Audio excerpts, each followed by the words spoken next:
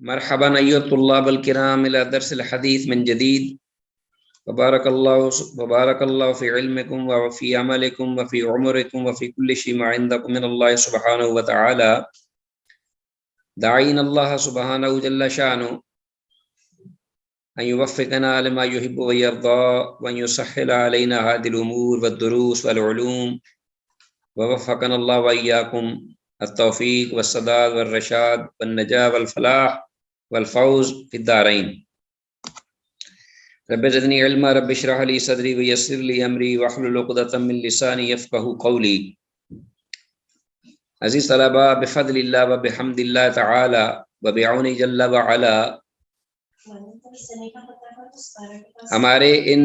دروس کے سلسلے کا یہ ایپیسوڈ نمبر 20 ہے، یعنی سبق نمبر 20، اور اس سبق کی جو احادیث ہیں وہ آپ کے سامنے موجود ہیں 2253 تا 2264۔ انشاءاللہ ہم مطالعہ کریں گے آج کے اس لیسن میں، اور فوکس ہمارا ترجمے پہ ہوگا۔ تو آتے ہیں آج کی پہلی حدیث ہمارے پاس، براہ راست کتاب سے پڑھتے ہیں۔ یہ میں شیئر کر رہا ہوں آپ سے۔ یہ حدیث ہمارے پاس ہے پہلی انس بن مالک رضی اللہ تعالیٰ عنہ سے۔ انس بن مالک رضی اللہ تعالیٰ عنہ سے روایت ہے، قال کان رسول اللہ صلی اللہ علیہ وسلم، کہ رسول اللہ صلی اللہ علیہ وسلم کا معمول تھا یرفع یدیہ فی الدعاء، کہ آپ اپنے ہاتھ مبارک دعا میں اس قدر اٹھاتے حتی یرا بیاض ابطیہ، یہاں تک کہ آپ صلی اللہ علیہ وسلم کے بغلوں کی نیچے کی جو سفیدی ہے وہ نظر آنے لگتی۔ کندھے کے نیچے کی جو جگہ ہے وہ جب آپ ہاتھ اٹھاتے تو نیچے کی جو سفیدی تھی وہ آپ کی نظر آیا کرتی تھی، اتنا ہاتھوں کو بلند کرتے اللہ کی بارگاہ میں دعا کرتے ہوئے۔ 2253۔ تو یہ حدیث صحیح ہے اور کلیئر ہے اپنے موضوع میں، اس لیے دعا کے وقت آدمی ہاتھوں کو اٹھائے آسمان کی طرف۔ آگے ہمارے پاس حدیث اس کے بعد 2254 وان سہل بن سعد، سہل بن سعد ساعدی رضی اللہ تعالیٰ عنہ سے روایت ہے، عن النبی صلی اللہ علیہ وسلم، وہ اللہ کے نبی صلی اللہ علیہ وسلم سے مرفوع بیان کرتے ہیں، قال، کہ آپ صلی اللہ علیہ وسلم نے ارشاد، کہ آپ صلی اللہ علیہ وسلم کان یجعل اصبعیہ حذامن کبیہ ویدعو، کہ آپ صلی اللہ علیہ وسلم کیا کرتے، یجعل رکھتے اصبعیہ اپنی دونوں انگلیوں کو، حذامن کبیہ اپنے ہاتھوں کی انگلیوں کو، حذامن کبیہ اپنے دونوں کندھوں کے برابر، اپنے ہاتھوں کی دونوں انگلیوں کو کندھوں کے برابر رکھتے، ویدعو اور پھر دعا فرماتے۔ تو یہ سہل بن سعد رضی اللہ تعالیٰ عنہ سے مرفوع روایت ہے۔ حدیث کے الفاظ جو ہیں حذامن کبیہ کا مطلب ہے کہ اپنے دونوں کندھوں کے برابر، ٹھیک ہے جی۔ حدیث کی اسنادی حیثیت کے بارے میں بعض اہل علم کی تحقیق یہ ہے کہ یہ حدیث ضعیف ہے سند کے اعتبار سے، اور جبکہ بعض اہل علم نے کہا ہے کہ یہ حدیث سے سند کے اعتبار سے حسن ہے، یعنی صحیح ہے۔ بعض کے ہاں تو اختلاف ہوا، اہل علم کے ہاں تو معلوم ہوا کہ حدیث اپنی صحت کے زیادہ قریب ہے بنسبت ضعف کے، ٹھیک ہے جی۔ تو ہاتھوں کو اس حد تک اٹھانا، یعنی بہت اونچا بھی نہ کرے، جیسا کہ یہاں آیا ہے کہ اپنی انگلیاں، ہاتھوں کی انگلیاں جو ہیں وہ دعا کرتے وقت اپنے کندھوں سے اوپر نہ جائیں، یعنی کندھوں کے برابر تھیں۔ یہ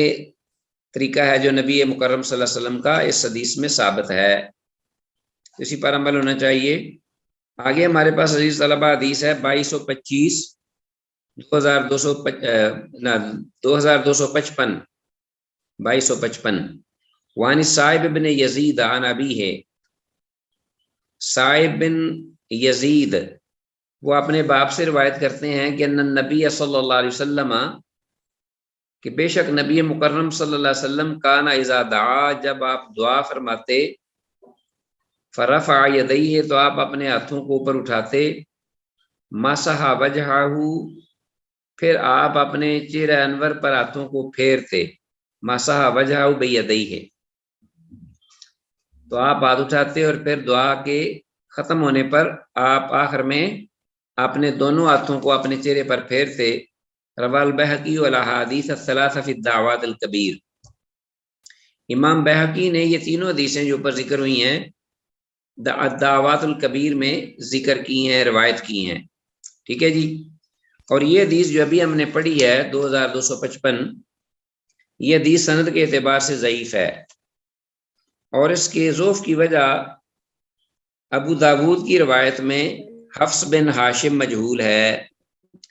حفص بن ہاشم سند میں مجہول راوی ہے، اس کی وجہ سے یہ ضعیف ہے۔ جس نے نہیں دینے تاریخ تو ویسے ہی ہمارے جیسا ہے، انٹرنیٹ کا بہت مسئلہ آ رہا ہے ہمارا ابھی عبداللہ کچھ جی آگے ہمارے پاس عزیز طلبہ جی فوڈ کھا لیں گے تو میرا بی پی ہائی ہو رہا ہے، لیکن میرا ہوا ٹھنڈ سے ہے ایک دم۔ نیکسٹ حدیث ہمارے پاس اس کی 2256 وان اکرمہ عن ابن عباس، حضرت اکرمہ رحمۃ اللہ علیہ سے یہ روایت ہے، وہ عبداللہ بن عباس رضی اللہ عنہما اپنے استاذ محترم جلیل القدر صحابی ابن عباس رضی اللہ عنہما سے روایت کرتے ہیں، قال کہ عبداللہ بن عباس رضی اللہ عنہما نے کہا، المسألۃ یعنی جب دعا کی جائے، یعنی دعا کا جو طریقہ ہے وہ یہ ہے، اور آداب میں سے ہے یہ کہ ان ترفع یدئی کا یا ان ترفع یدئی کا کہ تو اٹھائے اپنے دونوں ہاتھوں کو، حظو من کے بئی کا اپنے دونوں کندھوں کے برابر، او نحوہما یا اس کے قریب قریب، ٹھیک ہے جی، کندھوں کے یا کندھوں کے قریب یا برابر اٹھاؤ ہاتھ، والاستغفار اور استغفار کرتے وقت کیا کرنا ہے، اس کا ادب کیا ہے، ان تشیر باصبع واحدۃ کہ آپ استغفار کرتے وقت اپنا جو انگلی کے ساتھ اشارہ کرو، ان تشیر باصبع، اور انگلی یہاں مراد سبابہ ہے، اپنی انگشت جو شہادت کی انگشت ہے، شہادت کی انگلی، اس کے ساتھ اشارہ کرو استغفار کرتے وقت، والابتہال اور اللہ کی بارگاہ میں عاجزی اور انکساری کے وقت، ان تمد یدئی کا جمیعاً کہ تو اپنے دونوں ہاتھوں کو ایک ساتھ پھیلائے، اٹھائے، دراز کرے، ٹھیک ہو گیا جی۔ وفی روایت، اور ایک روایت میں یہ الفاظ ہیں، قال آپ نے فرمایا، یعنی عبداللہ بن عباس رضی اللہ عنہما نے، والابتہال اور گریہ زاری یا تضرع یا عاجزی اللہ کی بارگاہ میں ہاکذا اس طرح ہے، ورفع یدیہ تو انہوں نے اپنے دونوں ہاتھوں کو اوپر اٹھا کر دکھایا، وجعل ظہورہما مما یلی وجہہ اور اپنے ہاتھوں کی پشت کو اپنے چہرے کی طرف کر لیا، وجعل ظہورہما ہاتھوں کی یعنی ہاتھوں کو اٹھایا، اور ہاتھوں کی جو بیک سائڈز ہیں دونوں پشتیں دونوں ہتھیلیوں کی، ان کو اپنے چہرے کی جانب چہرے کی طرف کیا۔ تو یہ حدیث ہے کہ اس میں سوال کرنے کا ادب، استغفار کا ادب، اور اللہ کی بارگاہ میں عاجزی اور انکساری یا عاجزی و تضرع وغیرہ کے اظہار کا یہ طریقہ ذکر کیا گیا ہے۔ 2256 اس حدیث کی سند جو ہے وہ صحیح ہے، صحیح سند ہے اس کی، اور اس کو سبابہ یعنی اشارہ جو کرنا ہے کس وقت، استغفار کے وقت، تو اس کا ادب یہ ہے کہ تم ہاتھ کی یعنی جو شہادت کی انگلی اس کے ساتھ تم اشارہ کرو، تو اس کو سبابہ کہتے ہیں عربی زبان میں، سبابہ یعنی اس طرح دعا کرتے وقت، استغفار کرتے وقت، والاستغفار ان تشیر باصبع واحدۃ، دعا کے وقت نہیں، دعا کے وقت یہ ہے کہ ہاتھ اٹھاؤ، استغفار کے وقت یعنی کندھوں کے برابر، استغفار کے وقت اشارہ کرو، استغفار استغفر اللہ الذی لا الہ الا هو الحی القیوم واتوب الیہ مثال کے طور پر، اور جب گریہ زاری عاجزی تضرع اللہ کی بارگاہ میں خشوع خضوع، تو اس وقت کیا ہے کہ ورفع یدی، دونوں ہاتھوں کو اٹھاؤ، وجعل ظہورہما مما یلی وجہہ، تو آپ نے اس وقت کیا کیا، یعنی عبداللہ بن عباس نے دکھایا کر کے. ٹھیک ہو گیا جی. تو یہ اثر ہے، یہ مرفوع حدیث نہیں، یہ دل میں رکھی. عبداللہ بن عباس رضی اللہ تعالیٰ عنہ کا اپنا قول ہے، اور جب صحابی جو ہے وہ یہ بات کہتا ہے اور وہ صحیح ہو، تو صحابی کا قول موقوف حدیث جو ہے وہ مرفوع کے حکم میں ہوتی ہے. وہ اپنی طرف سے کوئی دینی کام یا کوئی شرعی عمل اپنی طرف سے نہیں کرتا، اس نے یا اللہ کے رسول کو دیکھا ہوتا ہے یا سنا ہوتا ہے. تو اس لیے یہ حدیث جو ہے سند کے اعتبار سے اس کو صحیح کہتے ہیں. اور سبابہ اشارہ ہے. سر یہ جو لفظ استعمال ہوا ہے والابتحال، جی جی، یہ سمت میں آئے گا؟ ابتحال کا معنی جو ہے وہ عمومی انسان جب کرتا ہے عبادت یا ریاضت یا دعا، تو اس وقت جو اس پر کیفیت طاری ہوتی ہے نا خشوع خضوع کی، تو وہ کہہ رہے ہیں کہ اس وقت بھی وہ اپنے ہاتھوں کو اٹھائے، اور ہاتھوں کو اٹھانے میں زیادہ اس کی یکسوئی اس کو حاصل ہوگی اللہ کی بارگاہ میں، یہ حدیث میں. تو یہ بہرحال کوئی چیزیں ایسی نہیں ہیں کہ جو فرض ہوں یا واجب ہوں، یہ ایسی چیزیں ہیں کہ جو آپ جیسے بھی، بسا اوقات ایک آدمی ہے وہ سجدے میں اس کو زیادہ یکسوئی حاصل ہوتی ہے، وہ سجدے میں گر پڑتا ہے. جب نفلی عبادت کر رہا ہو یا دعائیں کر رہا ہو، سجدے میں بھی کر سکتا ہے، سجدہ ریز ہو جائے. تو جو بھی کیفیت اس کے لیے بہتر بن جائے وہ ان امور میں وہ کرے. اچھا، سبابہ جو ہوتا ہے نا، سبابہ انگلی، یہ شہادت کی انگلی کو کہتے ہیں. یہ اس کی وجہ تسمیہ عربوں کے ہاں اس کو سبابہ اس لیے کہتے ہیں کہ جب کسی کو ملامت کرنی ہوتی تھی نا، تو اس وقت اس کی طرف اشارہ کرتے تھے انگلی کے ساتھ، کیونکہ سبا یا سبو سبن اس کا معنی آتا ہے برا بلا کہنا، اسی سے استعارہ ہے یا اشارہ ہے اس طرف. اور ایسی صورت میں یہاں نفس بد جو ہے انسان کا نفس امارہ، اس کی طرف یا شیطان مردود کو علامت کرنا مقصود ہے استغفار کے وقت. بہرحال یہ توجیہات ہیں، کوئی یہ حتمی اس کا مفہوم نہیں ہے اس کا. بہرحال آگے حدیث ہے ہمارے پاس 2257 عبداللہ ابن عمر رضی اللہ تعالیٰ عنہما سے، انہو یقول ہو کہ بے شک وہ کہتے، عبداللہ ابن عمر، یہ بھی ان کا اپنا قول ہے اور موقوف حدیث ہے، عبداللہ ابن عمر کا اپنا اثر ہے رضی اللہ عنہما. وہ کہا کرتے تھے کہ ان رفعکم ایدیکم بدعۃ، کہ تمہارا دعا کے لیے ہاتھ اٹھانا بدعت ہے. ما زاد رسول اللہ صلی اللہ علیہ وسلم علی ھذا یعنی الی الصدور، کہ رسول اللہ صلی اللہ علیہ وسلم دعا کے وقت نہیں اٹھاتے تھے اپنے سینے سے اوپر ہاتھ. تو جس طرح عزیز طلبہ صحابہ نے دیکھ لیا، اس نے وہ بیان کر دیا. وہ رسول اللہ صلی اللہ علیہ وسلم کو دیکھا، آپ جب دعا کرتے تھے تو آپ اپنے سینے کے برابر ہاتھ اٹھاتے، جبکہ پہلے یہ ذکر ہوا ہے کہ آپ اپنے چہرے کے سامنے ہاتھوں کو رکھتے یا کندھوں کے برابر اذا من کے بئی ہے. تو بہرحال بہت زیادہ اونچا نہیں، اور یہ بھی کہ آپ کی جو سفیدی ہے وہ نظر آتی ہے آپ کے کندھوں کے نیچے سے، یہ بھی دعا کے وقت. تو بہرحال یہ مختلف کیفیات ذکر ہوئی ہیں، جس سے پتہ چلتا ہے کہ آپ دعا کے وقت ہاتھ اٹھاتے اور زیادہ اونچا نہیں اٹھاتے تھے. بہت زیادہ بعض لوگ جو ہیں وہ اپنے سر سے اوپر لے جاتے ہیں ہاتھوں کو، وہ کیفیات ہیں. تو جس آدمی کے لیے سہولت ہو ان میں سے وہ ہاتھ اٹھاتے وقت، یا دعا ہاتھ اٹھائے بغیر بھی کی جا سکتی ہے. ابی بن کعب رضی اللہ تعالیٰ عنہ سے یہ روایت ہے، اور یہ حدیث جو ہے 2257 جو ہم نے ابھی پڑھی ہے 2257، یہ حدیث ضعیف ہے سند کے اعتبار سے، کہ سند میں بشر بن حرب الندبی، اس کو جمہور اہل علم نے ضعیف کہا ہے. تو بہرحال یہ سند کے اعتبار سے ضعیف ہوئی اور صحت کے معیار کو نہیں یہ پہنچتی. اس کے ضعف کا سبب جو ہے وہ سند میں بشر بن حرب الندبی ہے، جس کو جمہور اہل علم نے ضعیف کہا ہے۔ تو کچھ روایات صحیح آ رہی ہیں، کچھ جو ہیں وہ ضعیف ہیں ان میں۔ تو یہ عبداللہ بن عمر کا یہ جو قول ہے یہ ضعیف ہوا۔ 2258 عن ابی بن کعب، ابی بن کعب رضی اللہ تعالیٰ عنہ سے یہ روایت مروی ہے ہماری نیکسٹ ہمارے پاس جو ہے۔ قال، وہ کہتے ہیں کہ کان رسول اللہ صلی اللہ علیہ وسلم، کہ رسول اللہ صلی اللہ علیہ وسلم اذا ذکر احدا، جب کسی کو یاد فرمایا کرتے،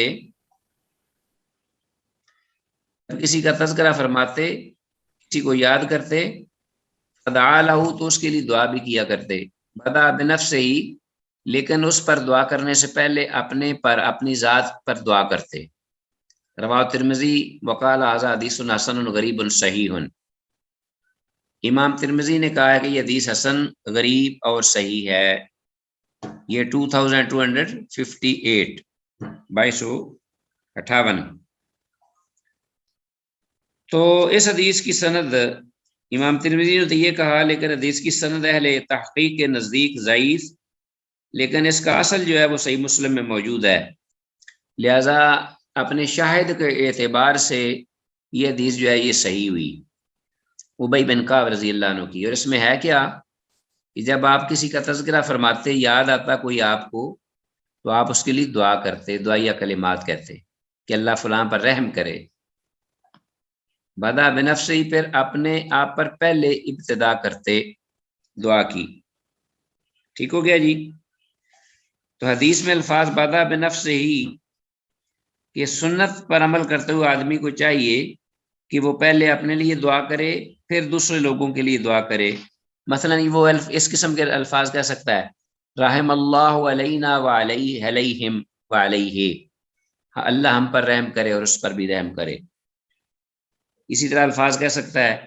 عافان اللہ وعافاہم وایاہم،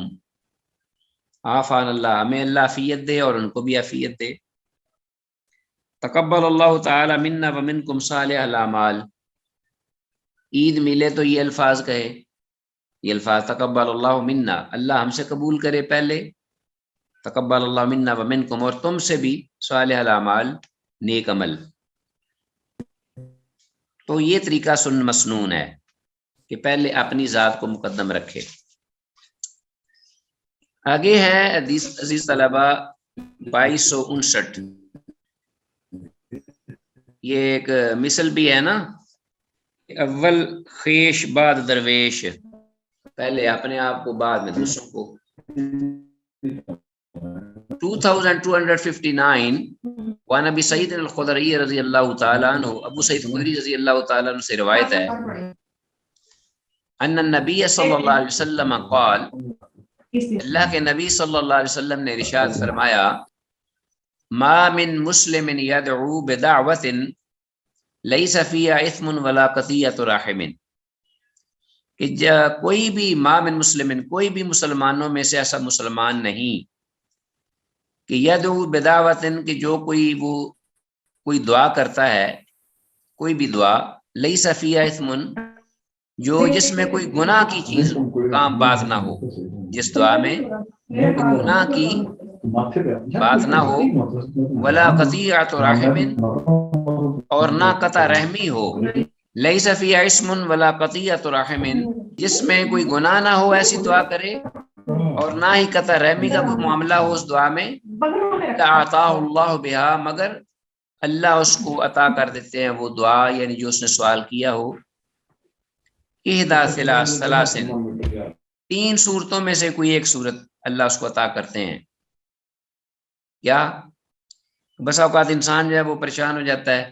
کہ میری دعا جو میں نے مانگی ہے وہ قبول نہیں ہوئی، حالانکہ اس کو شاید پتہ نہ ہو کہ اس کی وہ قبول ہو چکی ہوتی ہے، اللہ اس کے عوض میں جو چیز اس نے مانگی ہوتی ہے کوئی اور چیز اللہ عطا کر دیتے ہیں۔ تو تین عموماً جو صورتیں ان میں سے ایک کیفیت، ایک صورت اسے حاصل ہوتی ہے دعا مانگنے والے کو، جب تک کہ اس میں گناہ کی بات نہ ہو اور قطع رحمی نہ ہو۔ اما ان یؤجل له دعوتہ، یا تو اس کی وہ پوری دعوت یعنی جو دعا ہے اس کو فوراً قبول کر لیا جاتا ہے اور اس کو وہ چیز عطا کر دی جاتی ہے، وَإِمَّا أَن يَدَّخِرَهَا لَهُ فِي الْآخِرَةِ، اور یا پھر یہ ہے کہ وہ چیز تو اس کو نہیں دی جاتی جو وہ مانگتا ہے، باقی اس دعا کے جو اثرات ہیں یا اس کا جو رزلٹ ہے اس کے بدلے میں اللہ تعالیٰ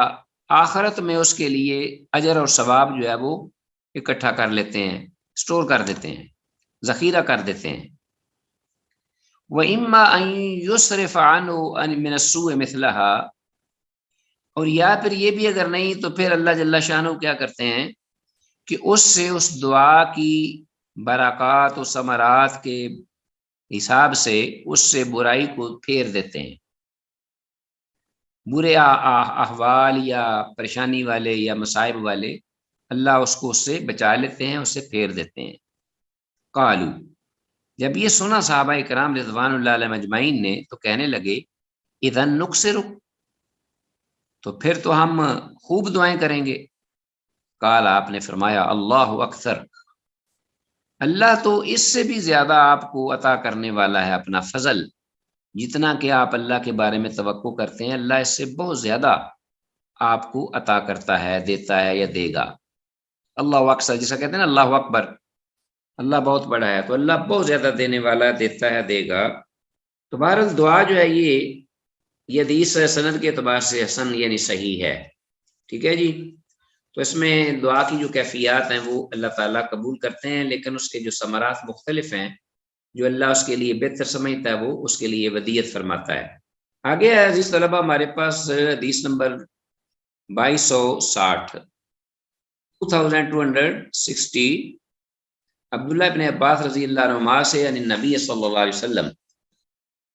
عبداللہ بن عباس رضی اللہ عنہما سے یہ حدیث مروی ہے مرفوع اللہ کے نبی صلی اللہ علیہ وسلم سے کہ آپ صلی اللہ علیہ وسلم نے ارشاد فرمایا خمس دعوات، 5 قسم کی دعائیں یستجاب لہن، جن کو قبول کیا جاتا ہے، وہ دعائیں قبول ہو جاتی ہیں، قبول کر لی جاتی ہیں۔ اور وہ کون کون سی ہیں 5 قسم کی؟ ایک تو دعوت المظلوم، مظلوم کی پکار اللہ کی بارگاہ میں، مظلوم جس پر ظلم کیا گیا ہے اس کی دعائی، اس کی التجا اللہ کی بارگاہ میں، حتی ینتصر، یہاں تک کہ اللہ اس مظلوم کی مدد کرتا ہے اور اس ظالم کو نیست و نابود کرتا ہے۔ ودعوت الحاج، اور حج کرنے والے کی دعا، حتی یستر، یہاں تک کہ وہ واپس اپنے سفر سے اپنی منزل تک واپس آئے، اپنے گھر سدھارے۔ ودعوت المجاہد، اور مجاہد کی پکار یا دعا، حتی یقعد، یہاں تک کہ وہ جہاد سے فارغ ہو جائے۔ ودعوت المرید، اور بیمار کی دعا، حتی یبرا، یہاں تک کہ وہ مریض اپنے مرض سے تندرست ہو جائے۔ ودعوت الاخی لاخیہ بظہر الغیب، اور ایک مسلمان بھائی کی اپنے مسلمان بھائی کی بارے میں دعا اس کی عدم موجودگی میں، یا مسلمان کا ذکر نہیں ہے لیکن زیادہ تر سر فہرست صاحب ایمان بھائی بہن، ان کی دعائیں اپنے مسلمان بہن بھائیوں کے حق میں بظاہر الغیب۔ ویسے آپ اپنی کسی غیر مسلم کی ہدایت کے لیے بھی دعا کر سکتے ہیں خلوص دل سے۔ ثم قال، پھر فرمایا آپ صلی اللہ علیہ وسلم نے یہ 5 قسم کی دعاؤں کا ذکر کر کے وَأَسْرَعُ هَذِهِ الدَّعْوَاتِ، اور سب سے زیادہ ان دعاؤں میں زیادہ جلدی قبولیت کے اعتبار سے اجابتاً دعوت الاخ بظہر الغیب، آدمی کی اپنے بھائی کے حق میں دعا اس کی عدم موجودگی میں، اس کی غیر حاضری میں، یہ سب سے زیادہ قبولیت کے اعتبار سے، جلدی قبولیت کے اعتبار سے یہ دعا ہے۔ رواہ البیہقی فی الدعوات الکبیر، امام بیہقی نے اس کو روایت کیا ہے اپنی کتاب الدعوات الکبیر میں۔ تو یہ حدیث نمبر 2260 یہ ہمارے سامنے تھی، اس کی سندی حیثیت انتہائی ضعیف ہے، ٹھیک ہے، بہت زیادہ ضعیف ہے کہ سند میں عبد الرحیم بن زید العما کذاب راوی موجود ہے۔ تو کذاب راوی جب آ جاتا ہے تو اس کی جو حدیث کا ضعف ہے اس میں بہت زیادہ اضافہ ہو جاتا ہے۔ باقی یہ بات ضرور ہے کہ حدیث کے مفہوم کی جزوی تائید صحیح احادیث سے ہوتی ہے،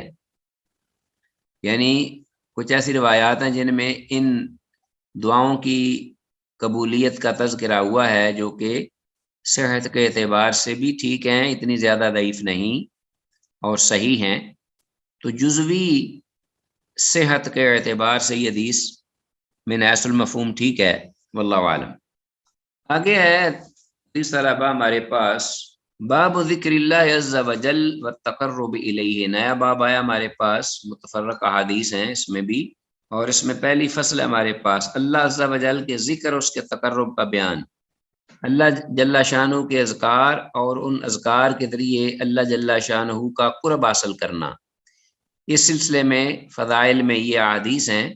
اور پہلی فصل الفصل الاول، اس میں ہمارے پاس حدیث جو آئی ہے وہ ہے حضرت ابو ہریرہ رضی اللہ تعالیٰ عنہ اور ابو سعید خدری رضی اللہ تعالیٰ عنہما، دونوں جلیل القدر صحابی ہیں، اور حدیث نمبر 2261 ہے۔ قالا، دونوں نے کہا، قال رسول اللہ صلی اللہ علیہ وسلم، کہ اللہ کے رسول صلی اللہ علیہ وسلم فرماتے ہیں، لا یقعد قوم یذکرون اللہ، کہ نہیں بیٹھتی کوئی قوم جو اللہ کا ذکر کرتے ہیں، الا حفتہم الملائکہ، مگر گھیر لیتے ہیں ان کو فرشتے، وغاشیتہم الرحمہ، اور ڈانپ لیتی ہے ان کو رحمت اللہ کی طرف سے، ونزلت علیہم السکینہ، اور اترتی ہے ان پر سکینت، اطمینان، سکون، وذکرہم اللہ فی من عندہ، اور اللہ ان کا تذکرہ فرماتا ہے جو ان اللہ کے پاس ہوتے ہیں، جو اللہ کے پاس ہیں، یعنی فرشتے وغیرہ، ان کے ہاں اللہ ان کا ذکر کرتا ہے، ذاکرین کا۔ 2261 ذکر کی فضیلت کا تذکرہ اور ذاکرین کا بارگاہ ہستی میں مقام و مرتبہ کتنا ہے، اور اسی طرح قرآن و حدیث پڑھنا، اللہ جل شانہ کا نام لینا، لوگوں کو وعظ و نصیحت کرنا، درود شریف پڑھنا، شہادتین کا ذکر ورد کرنا، اور نمازیں وغیرہ نوافل پڑھنا، یہ سب ذکر میں داخل ہیں۔ تو کوئی بھی عمل اگر انسان کر رہا ہے تو انشاءاللہ اس کو یہ سعادت توفیق ملے گی، اور یہ مقام اور یہ ثواب اور اجر حاصل ہوگا۔ آگے ہمارے پاس حدیث نمبر 2262، اور اس میں عزیز طلبہ یہ جو حدیث ابھی ہم نے پڑھی ہے 2261، اس میں فتحم الملائکہ کو انڈر لائن کیجئے کہ اس کو فرشتے ان کو گھیر لیتے ہیں، ٹھیک ہے جی۔ آگے ہے 2262، ابو ہریرہ رضی اللہ تعالیٰ عنہ سے مروی ہے،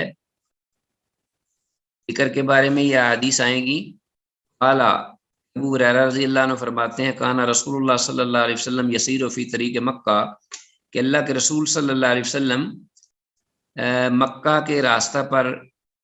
محو سفر تھے، یعنی مصروف تھے، سفر چل رہے تھے، آپ رواں دواں تھے، پیغمبر پاک صلی اللہ علیہ وسلم مکہ کے سفر راستے میں۔ فمر علی جبل، تو آپ کا گزر ہوا ایک پہاڑ پر، یقال لہ جمدان، جمدان پہاڑ پر گزرتے ہوئے آپ کا گزر ہوا چلتے ہوئے، فقال، تو آپ نے فرمایا، سیرو ھذا جمدان، سیرو ھذا جمدان، چلتے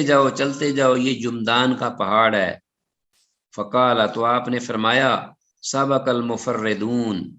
مفردون سبقت لے گئے، آگے نکل گئے ہم سے۔ قالوا، صحابہ کہنے لگے، ومل مفردون، کہ مفردون کون ہے؟ اللہ کے رسول صلی اللہ علیہ وسلم، یا رسول اللہ۔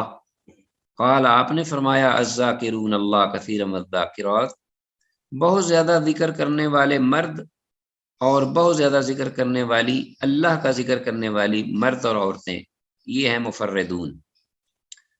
تو یہ جمدان پہاڑ جو ہے اس کا ذکر کیوں کیا؟ تو بعض اہل علم نے اس کی طرف اشارہ کیا ہے۔ ایک تو حدیث میں مفردون سے مراد کثرت سے ذکر کرنے والے مرد اور عورتیں ہیں، اس کو ذہن میں رکھیے گا۔ سیرو ھذا جمدان، چلتے جاؤ یہ جمدان پہاڑ ہے۔ تو بعض علماء نے کہا ہے کہ اشارہ تھا اس بات کی طرف کہ وہ پہاڑ تنہا اس وادی میں تھا، اور کوئی پہاڑ اس کی بغل میں، اس کے سائیڈ میں نہیں، اکیلا وہ پہاڑ ایک چوٹی تھی، تو تنہا وہ کھڑا تھا۔ تو اسی طرح اللہ تعالیٰ کی یاد کرنے والے بھی اس کی یاد میں تنہائی، دوست اور گوشہ گیر رہتے ہیں۔ تو یہ ایک ان کا خیال ہے اہل علم کا۔ بہرحال